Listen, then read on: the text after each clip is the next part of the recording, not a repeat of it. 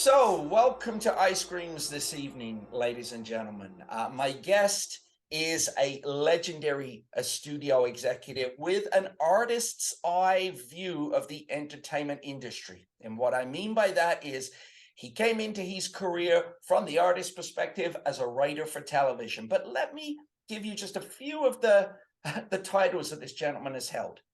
Chairman and CEO of Columbia Pictures, President of Universal Pictures, Chairman of the Board of the USC School of Cinema and Television.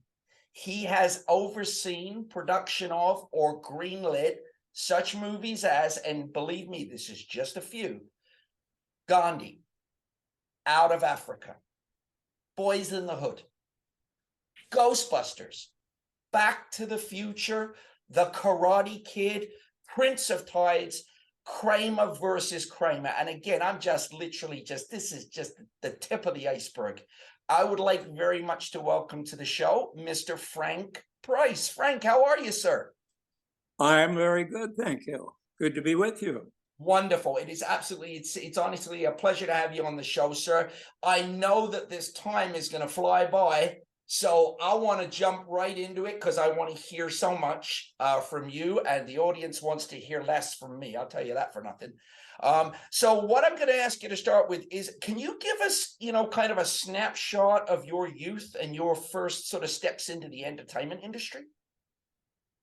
I can. I was born in the beginning of the Great Depression, so my parents moved all over the country. Generally, my father was looking for work, so when he found it, we'd stay there for a while, and then he'd move on to the next place. So I was born in Decatur, Illinois. We lived in Glendale, California. We lived in, I think the kindergarten was in Minneapolis. I lived in Knoxville, Tennessee for a year in the 9th grade. 10th, 11th, and 12th were in Flint, Michigan. And then I went to Michigan State, then transferred to Columbia University and dropped out of there because I got a job at CBS. Wow. Wow. And was this your first job at CBS? I'm assuming this was your first writing job, was it? It was the first real entertainment job. I had in high school worked as a copy boy on the Flint, Michigan Journal. So I was trained really as a reporter there, started doing reporting toward the end of my year, but I had really intended to go into the newspaper business. And when I went to New York, what I found was because of television, the newspapers were folding. Mm-hmm. And many were just going under, magazines were, and so I thought I'd work on a newspaper and write fiction. But the one thing that seemed to be thriving was television. So right. I got a job at the CBS television story department. That was perfect for me because one of the things that I had always liked and was a bit of a dedicated fanatic about was reading. So the idea that as it happened that I would get paid for reading and writing short reports was marvelous. So, and I think I was helped in the business because for the first 10 years, I was either a reader or a story editor, or I was writing freelance. And that meant I got 10 years of just solid story experience, which added to the fact that I've been reading all my life. That's amazing. That's incredible. And, I noticed something that when I look at things that kind of jump out at me from your early resume there, I noticed that, with things like the Virginian, for example, a lot of your early writing credits were Westerns. Was that a genre that you were sort of, particularly, you had a particular fondness for? No, although I came to like it very much, I had been in anthologies basically for the first 10 years. And then there was the time when television suddenly had nothing but Westerns on. There were 26 Westerns. This is probably 1958. And I had to, I got a job as a story editor on a Western. And so I went to the bookstore, Pickwick Bookstore, which was in Hollywood, picked up some books on horses and saddles and guns. And I read up on Westerns so that I wouldn't appear totally ignorant when I try stories. So I did that successfully. I came to love the Western form on the Virginian, which I became executive producer of. I had written the initial format. I mean, it was a strange story because I was a story editor at Screen Gems, the Columbia Pictures subsidiary, television subsidiary. And I had noticed that the Virginian had gone into public domain, the book, the novel. So I recommended it. And then they were going ahead to make a pilot on it based on what I'd recommended. And they did a pilot. I, meanwhile, got laid off in an economy cutback that they had. And they did make the pilot, and they made it a half hour with Jim Drury.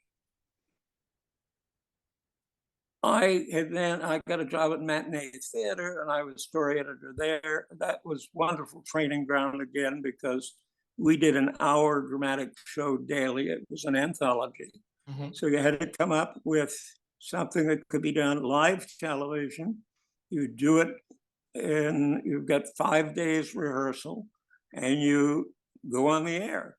We would do 5 a week. So it was, as we said on Matinee, it was not a job, it was a way of life, because you devoted yourself to the show. Right. So then I went to Universal because a writer that I had employed when I was at the Western story editor on a show called Rough Riders.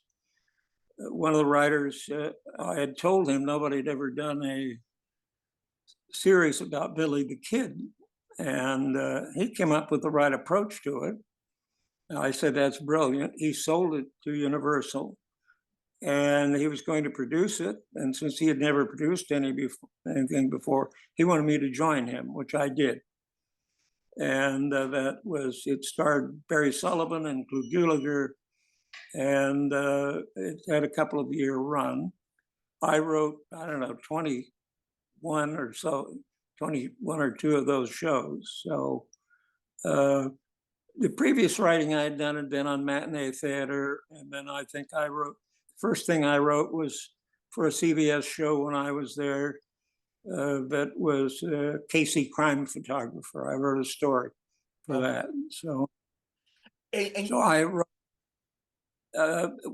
when I was doing the Virginian, I found I really didn't have time to write anymore. It was a 90-minute show, once a week. And I think I made the decision. I was in a meeting with a writer, and we were developing his story. And I thought of a great idea. And I thought, well, maybe I'll hold that back because I'm going to be writing something this weekend. And then I thought, no, I'm going to give the idea to him, and I'll have to come up with another idea, that's all. But what I found was that I couldn't continue to really write and be a good producer. So I got a lot of experience producing, I don't know, 100 or so, basically feature-length Westerns. Wow. The old feature length was 75 minutes, which is what our finish time was. And I'd like to pick up on something you said a second ago as well, when you were talking about the anthology shows, because you brought up a fascinating point that so many of today's generation just would not understand, is that you mentioned live shows. A lot of these, there were a lot of dramatic shows that were going out at that time live, right? On Oh, TV. yeah. Did that, what were the sort of logistical problems, with that kind of writing and doing something live on TV? Well, we actually were snobbish about it when we were doing live television. We looked down on film. I think the statement was doing a live show is like paying a visit to somebody in their living room, and doing a film show was like sending them an 8x10 picture. Right. I, when I was at CBS, we had Studio One, we had Suspense, Danger in the Web, 3 half-hour dramas, melodramas, and at one time, there was a new film show that was going to come up against Suspense, and I decided to take a look at it with some skepticism. That I watched it, and two things struck me. Number one, it was opposite Suspense, and it destroyed the ratings of Suspense. Suspense just was on. Let's see, we were on CBS, and I think Dragnet, which was the film show, was on NBC. And as I watched it, I thought, it's all going to go film. Right. It's not going to stay live. So I volunteered for an economy cut that came along. So I had enough money to move to California and try to get in the film business. So I missed the call actually by about a year. I was right that it was going to move, but I moved a year before it moved. Before it moved. So, Beautiful.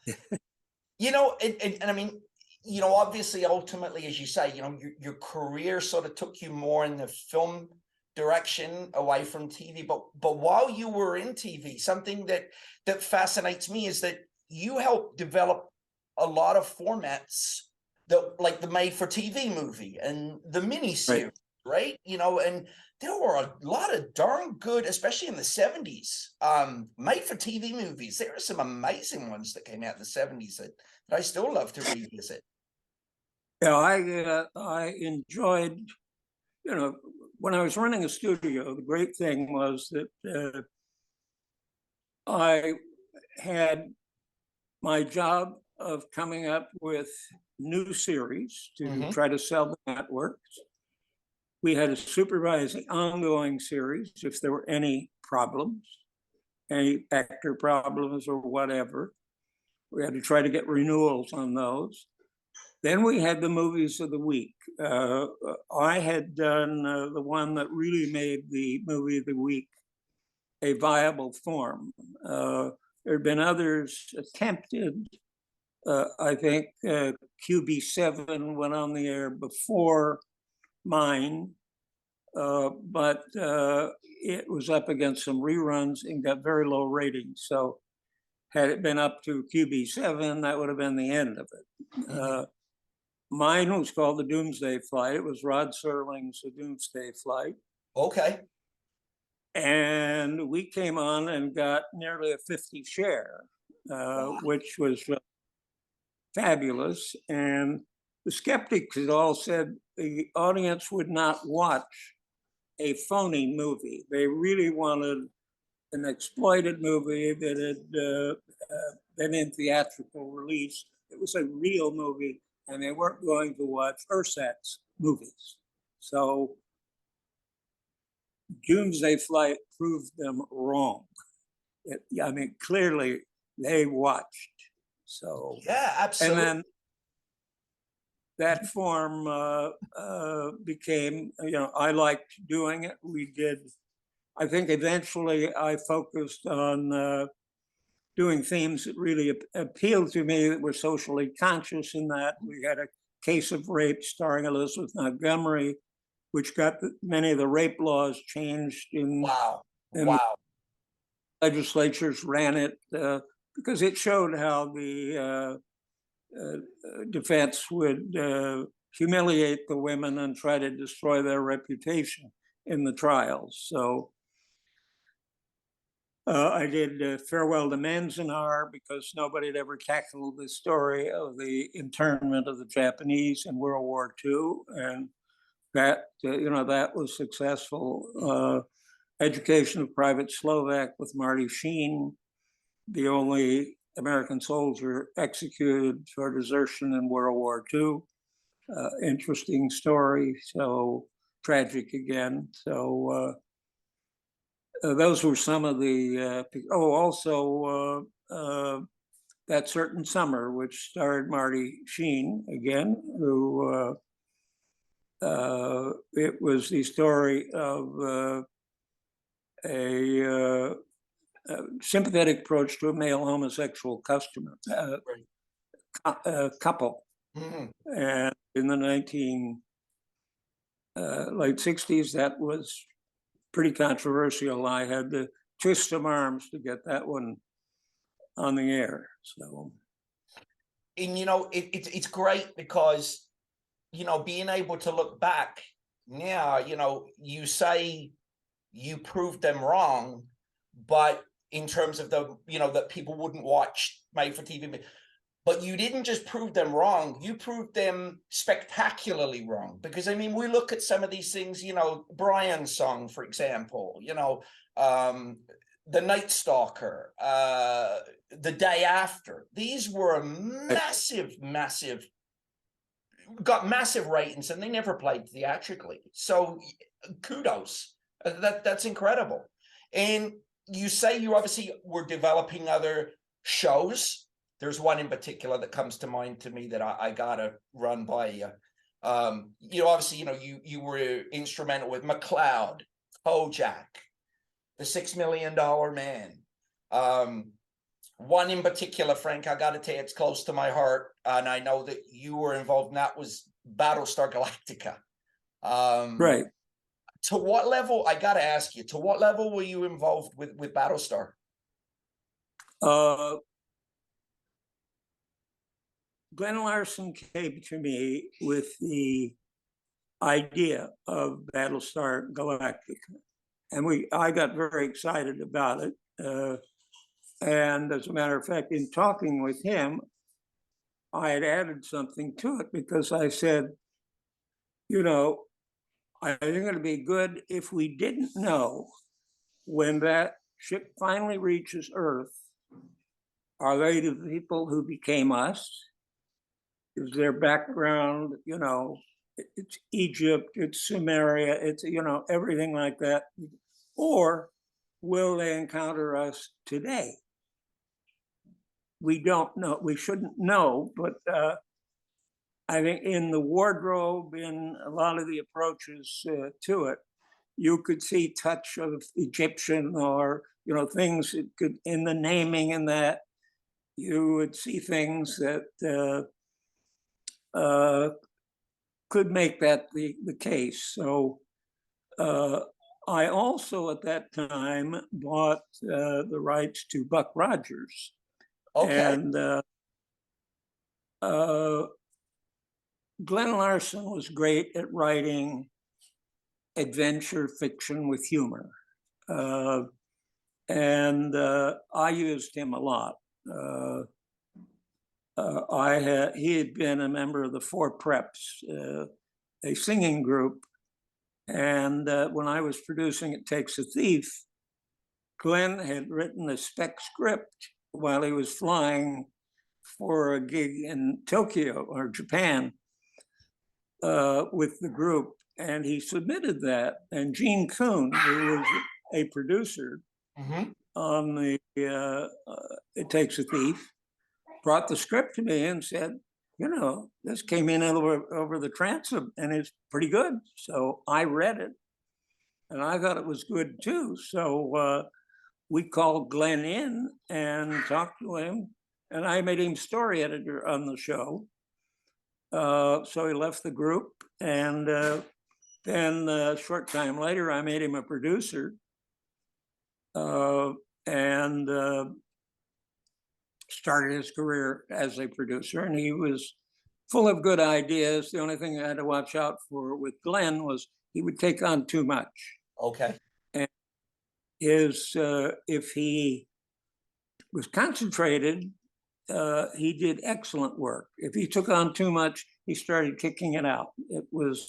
Then the quality went down. So there was one year that he did that, and I had the show McCloud, which had been done by the wrong people the year before. Mhm. And I said to Glenn, I want to put you on this, and you've got to bring back the good Western kind of feel to it. And I'm not going to let you do a pilot or anything during the year. I want you to concentrate on that. That's the show. So no secret pilots. No, don't try to get around me. And he did bring the show back. He did great shows on it during that year. And when I had $6 Million Man, which was a hard show to sell to ABC, Really? because I did that as a backdoor pilot. I did it. Dick Irving had brought the premise to me, a book called Cyborg, and I liked it. I've always liked science fiction, so Right. I grew up reading astounding science fiction, amazing stories, and Yeah. so on. So we developed the script. I had a good relationship with Lee Majors.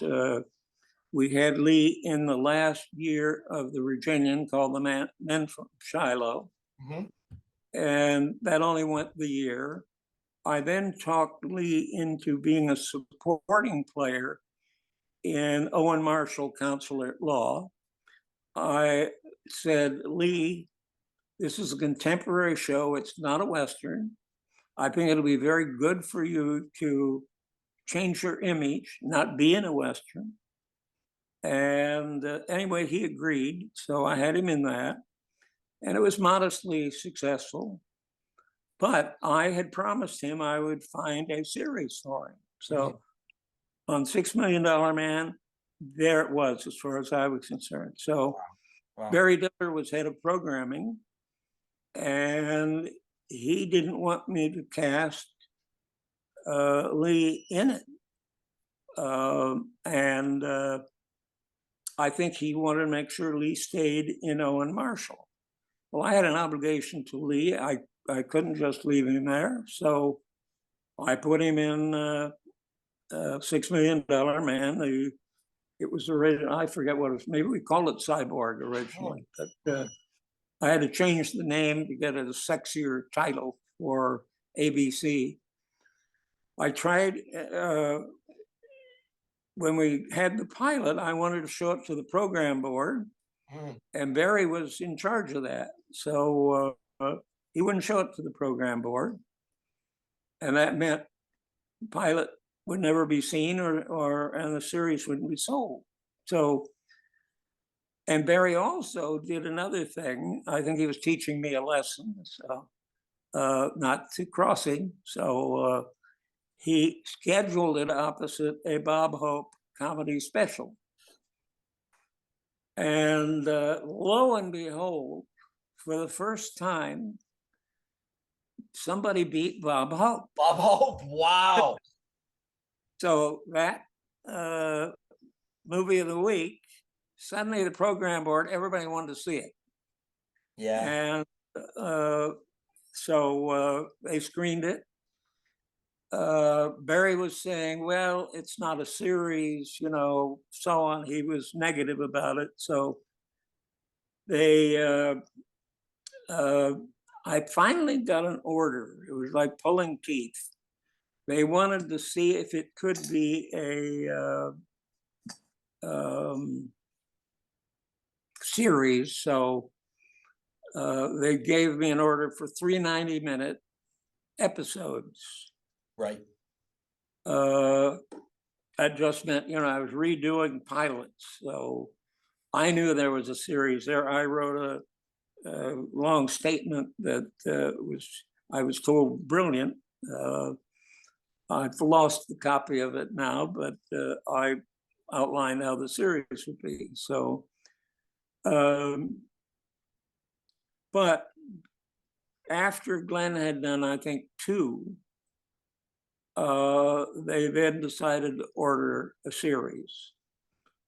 And I called Glenn to tell him, and Glenn wanted to renegotiate his deal. And I said, Glenn, I don't negotiate with a gun at my head.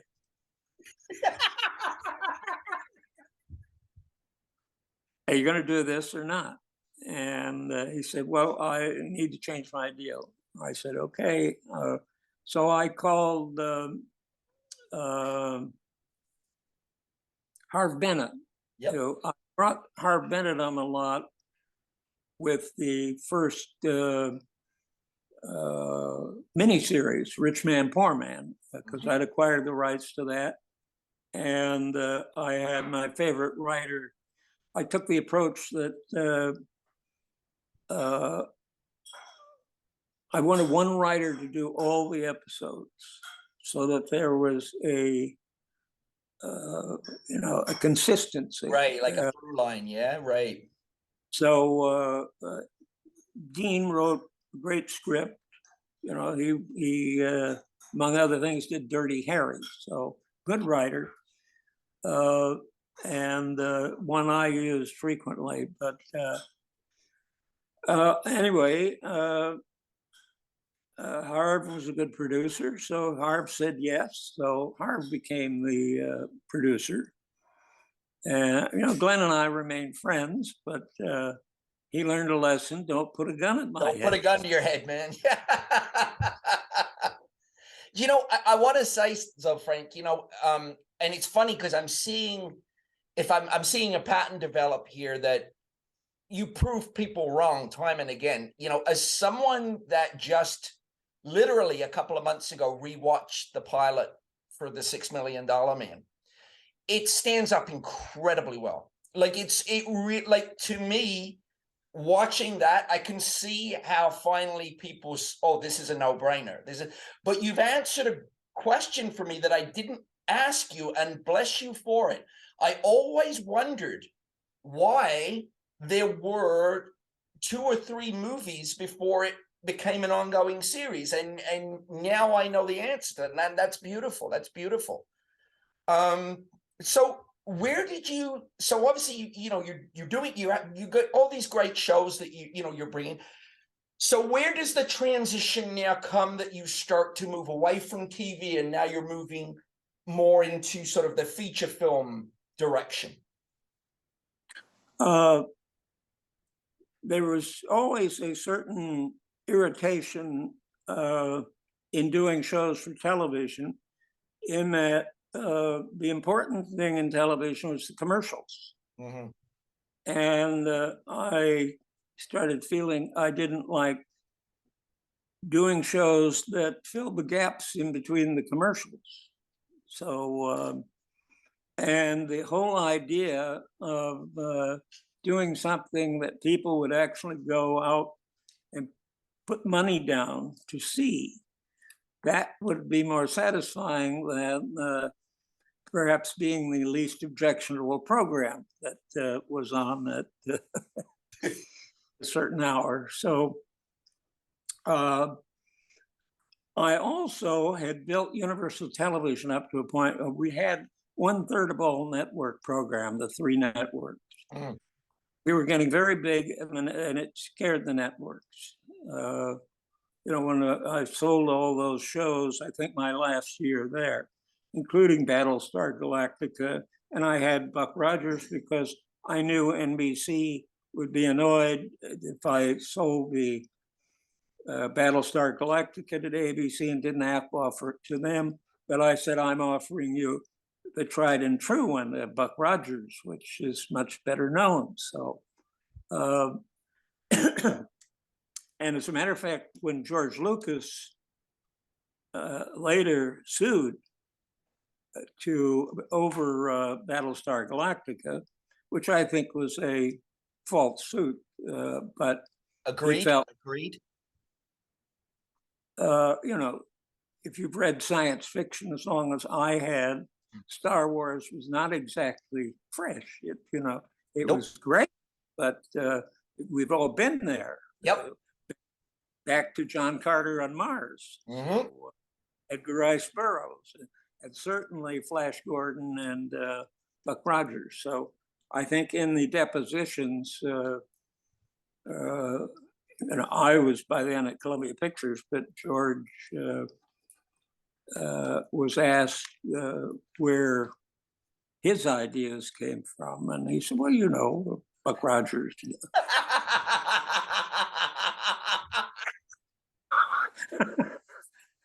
So that ended that. I think Lou Wasserman wrote him an apology, and you know, moved on. But I think had I been there, Battlestar Galactica would have had a better run because Glenn was not good at handling the network. I would have persuaded them to give it a second season, you know, to keep going. Yep. I'm sure of that. But, you know, sometimes talent doesn't handle the network executives as well as they should. So, yeah, you're actually, I got to tell you, you're breaking my heart now because Battlestar means so much to me. Like, really, like, as I can't even, there's not time enough on this show for me to tell you. I wish I'd have seen that second season. But yeah. Let's talk about, you know, here's another thing about another case of you proving people wrong. Let's talk about Ghostbusters for a second. You know, when you get into Columbia Pictures and Ghostbusters comes along. Now, this, for me as a kid, as a teenager, this was a movie that just came out of nowhere and blew us away, rocked our world. And a lot of people, I've read, were not on board with it. What did you see in that script? And you were obviously right. What did you see that other people missed? Well, there are several things that go into that answer. Pardon me. I think I need a sip of water. Yeah, here. please do. Absolutely.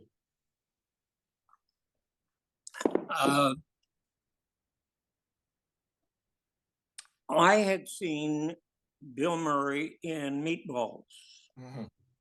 and I thought that's a star. That I found it hilarious, and I told Mike Ovitz at that time, I want to be in business with him. I want to be in business with Ivan Reitman, who had directed it. So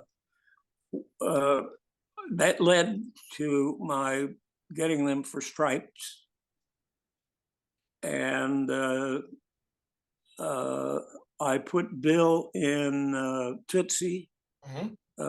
I persuaded him, he did it without billing and for not as much money as he would have. And I said, it'll be good for your career. It's Sidney Pollack, quality director, quality picture. So he liked doing that, and he was terrific in it.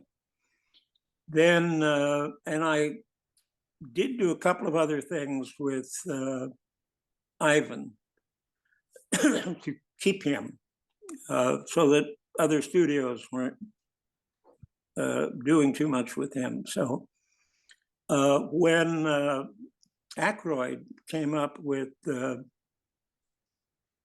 Ghostbusters, I was aware of it. Ovitz and Bernie Brillstein, both of whom I knew well, managed to move it over to Columbia.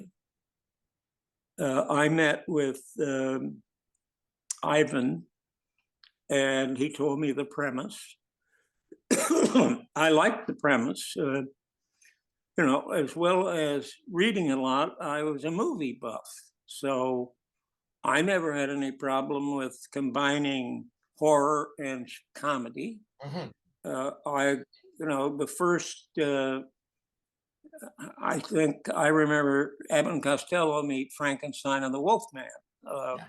which was the first time I ever saw Frankenstein and the Wolfman. I was too scared to go to the regular one, but I thought, well, the comedy, I can take it. Yeah. So I was young. So the idea of those things going together seemed perfectly, it made sense to me.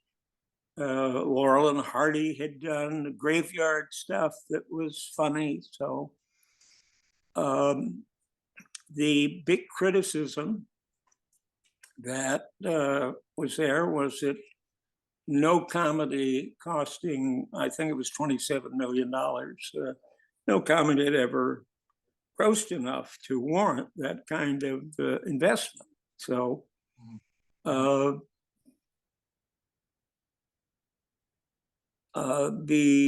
we were owned by Coca-Cola at that time. So with Coca-Cola support, the Columbia management in New York sent out the lawyer, Dick Gallup, to basically tell me they didn't think I should make it because of these reasons.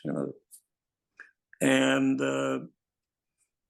word around town was that, this would be a disaster. So I said, I don't think so. I'm pretty sure we can't lose money on it. I don't know how big a hit it will be, but I know that it's not going to lose money. The reason it's expensive is that I've got great comedy stars. I got to pay for them, and I got to pay for the effects. You put those together, and it's not your usual comedy. So anyway, that confrontation, I went ahead with it. And I also, I was going to be leaving because of the conflict with management at that point. They were interfering too much in my marketing. And so, Coca-Cola had brilliant marketing, but as I pointed out to them, it was like if I had opened Tootsie in 1895 and all I had to do was really keep the advertising current over the years. I said, in my business, I open a new business every month. Right. Every time I put a picture there, new advertising, new concepts, all that. So it's a different business in advertising. They didn't want me advertising heavily on Thursday nights because it was more expensive. They thought I should move to Monday night as they did. They could get cheap buys. And I said, that'll sell Coca-Cola all, but movies are an impulse buy. I want to be there on Friday night when people are wondering what they're going to do on the weekend. Right. Make sure if you're on Monday night, they may have forgotten you by Friday night. So that makes so anyway, I was at Universal, and I will say that the people at Columbia were very nice, Coca-Cola and that. Everybody called me and thanked me for making Ghostbusters, the largest grossing picture in Columbia's history. And they appreciated the fact that I didn't listen to them. I can tell you, from a generation of kids that saw that movie, for the first time, we're all glad they didn't listen to, because it's like it's a 1 in a million. It's just beautiful. And I say a 1 in a million, but you did this again with Back to the Future, right? Am I right in saying that you basically salvaged Back to the Future?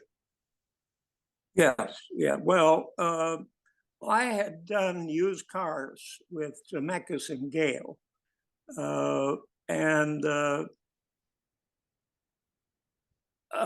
I think it could have been a bigger hit, but in the producing and I think I was very high on Bill Murray. We could have gotten Bill Murray for it, but they didn't think he was a star.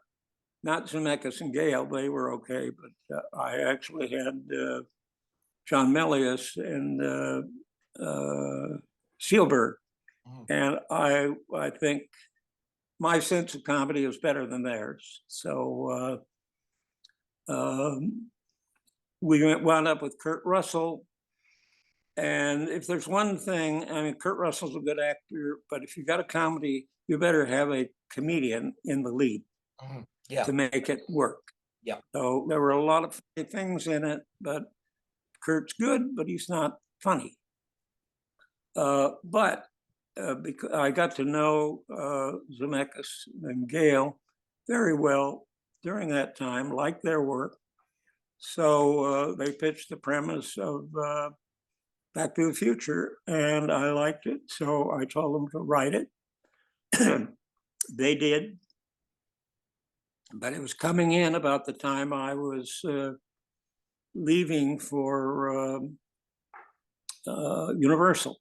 I was given the job of heading Universal Picture. And I had to leave behind things I was developing, like Out of Africa, like Back to the Future. And so I went to Universal, and I was very lucky that Ray Stark wanted to get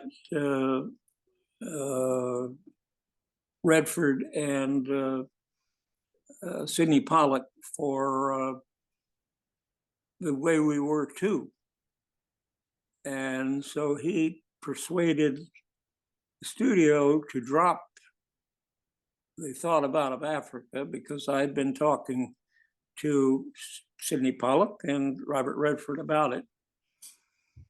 So they dropped it. And Ovitz had called me saying, you could get it. I said, fine, I want it. So we got that. And then a little time went by, and Spielberg was interested in Back to the Future, and the question was how to get it. So as it turned out, fate and fortune favored me. So I got a call from my old former second in command, Guy McElwain, who said that, so what's the problem? He said, we've made a picture called Big Trouble with Peter Falk. And he said, my legal department tells me that it's a total ripoff of a classic picture, Double Indemnity. Okay. And you own that, and could you give me a license for it? And I said, well, let me think about it. Maybe you've got, I left behind a number of properties that I might like to continue work developing. So I gave him 3, I think. I didn't want to specify one, because then he would know it's valuable. But by saying 3, I figured I would deceive him a bit. So I got Back to the Future back, and was able to get that then in the production and gave it the green light at Universal. Wow, that's amazing. That's amazing. You know, I gotta stop for a second, because I bring up Battlestar, I bring up Ghostbusters, I bring up $6 Million Man, and all these things that that I'm so fascinated with. I want to throw this back to you. What are, what are a couple of the movies that you are most proud of that, I mean, I'm just a complete sci-fi horror nut, but you've done so many fantastic films, Gandhi, Kramer versus Kramer. What are some of the projects that you're most proud of, Frank? Well, that's like asking someone to pick a favorite child. Right. I like the different pictures for different reasons. I mean, I love the fact that I did Karate Kid. Yes. That was a low-cost movie. It stemmed from the fact that Jerry Weintraub brought in to me a story about a 9-year-old who had a black belt. Mm. And I said, I don't want to do it about a 9-year-old, but because I want some romance. So I think I'd put it in high school and I'd use my own background because I was always the new kid in class. So I wanted to be the new kid in class. And the usual thing that happens if you're the new kid in a class from out of town or that is that there's got to be the pecking order established. And whether that's fights or, you get, if you don't fight, you get pushed around and you become known as a, wimp. Mm-hmm. So anyway, that was the first piece of luck that came in, that I got that. Then there was a writer, I'd bought a script that was supposed to star Jane Fonda called Her Brother's Keeper. And I paid a fair amount of money for it. And the writer is one I thought could do a good job on this. And so I brought him in and described the story.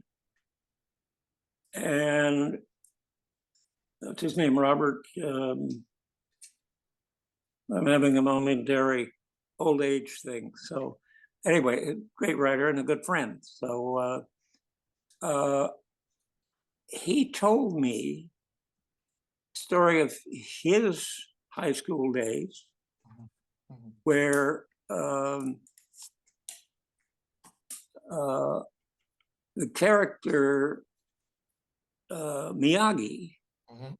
in the picture, that was in his youth. The scenes in the picture with Miyagi are all real. They came out of his life. Wow. These are not fictional stuff. Wow. That's amazing. Robert Kamen is his name. So, and he tells me that the whole Karate Kid is a gift that keeps on giving because, they've got the television series. Now they've had various sequels. He was in St. Louis recently. They're doing a stage musical for Broadway. So it just keeps appealing. It does, right? I mean, yeah, because like you say, Cobra Kai, that's huge now. It's all back again, right? So, yeah. It's fascinating speaking with you because you have such a unique vantage point that you've seen this sort of progression from, live TV, the big studio system. Now we're going through this with this big transition with streaming platforms and stuff. Frank, do you find is the entertainment industry as exciting for you today as it was, say, 30, 40 years ago? I think it's very difficult today. Because it's been hit by streaming, of course, and that one could say, well, that's the usual thing, because in the I came into the business in 1951, and it's been changing all the time since then. It's never remained the same. So I like to be on the changing edge, which, making movie of the week something, or making mini series or 90-minute westerns, and those would change. And just the other things that have come in, first you had the motion picture business, and it went from silent to sound. Yep. Then went color. Mhm. Then in came television, and the business was knocked on its behind, and the adult audience went to television. Movies had to reinvent themselves, and basically became something that, on the whole, a young audience, a dating audience, went to. People who didn't want to stay home and watch television with their parents. Mhm. So that made anything that appealed to young males a staple. If you had something that appealed to an adult audience, you better be good, because they read reviews, and if you were mediocre, they don't go see your picture. Whereas if you've got that young male audience, they're forgiving.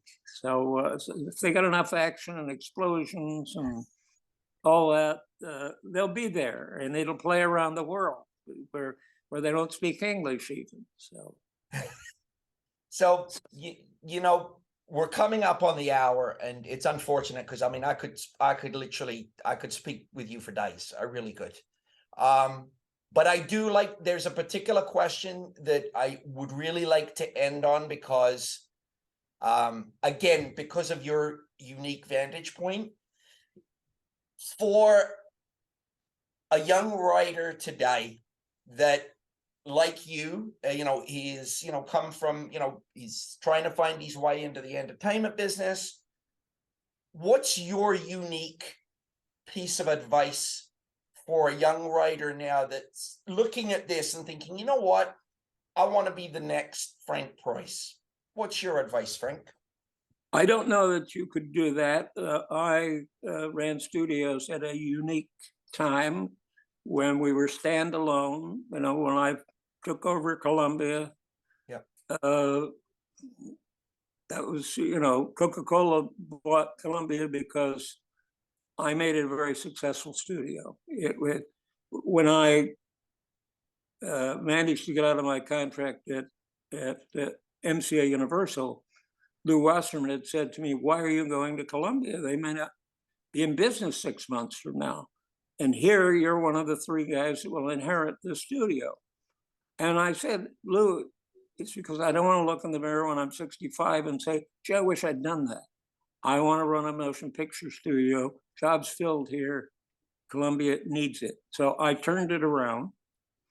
And of course, that's why MCA wanted me back. Lou wanted me back because I'd done a remarkable thing. I turned a studio that was, their stock was at $4 a share, and they were on the verge of, going under. And 4 years later, after we had hits, then Coca-Cola bought it for $74 a share. So that was a big change. So, and it was all, I turned around the motion picture division, and I think I've had the advantage. I had a very good hit ratio because my whole background is story. I grew up, I loved it as a kid. I loved it as an adult. I still love it. So tell me a good story. So follow your dreams and tell good stories. Yeah, and I think there's great opportunity for writers now. With streaming, there are a lot of buyers. Mm-hmm. They need ideas. They need good writers. And I think it's probably easier to break in now than it ever has been. How long this can go on, because I don't know where the profits are right now. The Mm. studios got hit by COVID. They got hit by streaming. Yep. So I do think there will be a motion picture business as far forward as I can see, because regardless of all the changes, when I was running studios, there were a billion admissions per year, each year, regardless of whether television came in, VCRs, cable. That billion admissions stayed because those were the people who really wanted that movie experience. They wanted the big picture, and they were a dating audience. So I think when I last checked that before COVID, it had moved up to 1.5 billion. And it was, up plus or minus 10%, depending on whether you had a Star Wars or a Jaws, that would influence it. But other than that, it was pretty steady.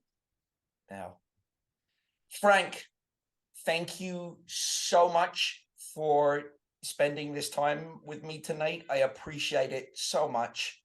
And my blessings to you and your family from all of us at iScreemZ, sir.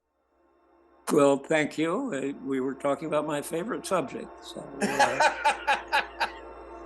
Frank, I salute you, sir. Thank you, sir. Take care.